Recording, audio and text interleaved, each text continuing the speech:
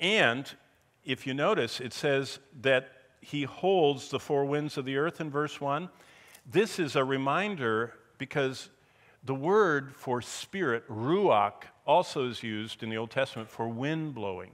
And so there's this figurative language that God holds the winds, he holds the air we breathe, and in chapter 5 of Daniel it says he holds everyone's life's breath. That's Daniel 5:23.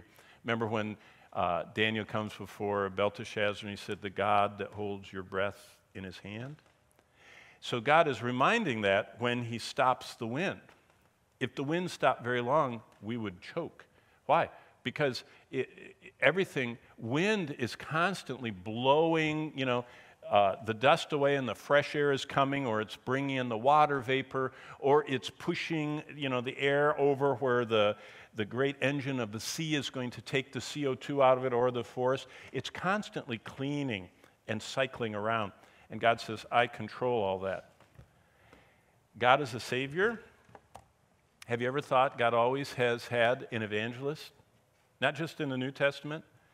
God himself was the evangelist. He was coming and revealing himself to Adam and Eve. Then Adam and Eve, after God saves them and shows them the animal skin sacrifice, the whole substitute slain for them, with Enoch become proclaimers of his truth. Then Noah becomes, what's Noah called? A preacher of righteousness.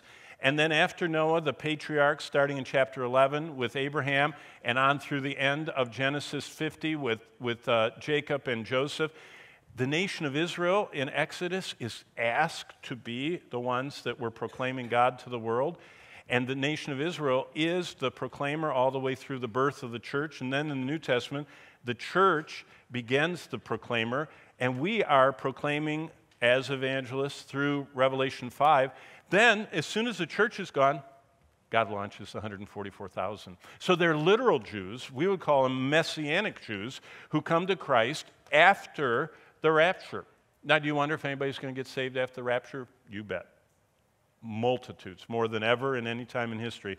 The 144 begin their work. They travel all the way through this tribulation time. Then the two witnesses, we're going to meet them in chapter 11.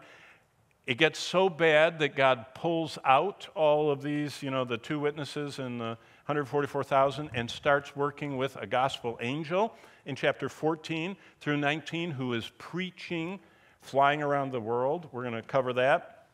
And then after the second coming of Christ, God sets up an evangelism center on earth because the earth is populated with believers, but their children have to get saved.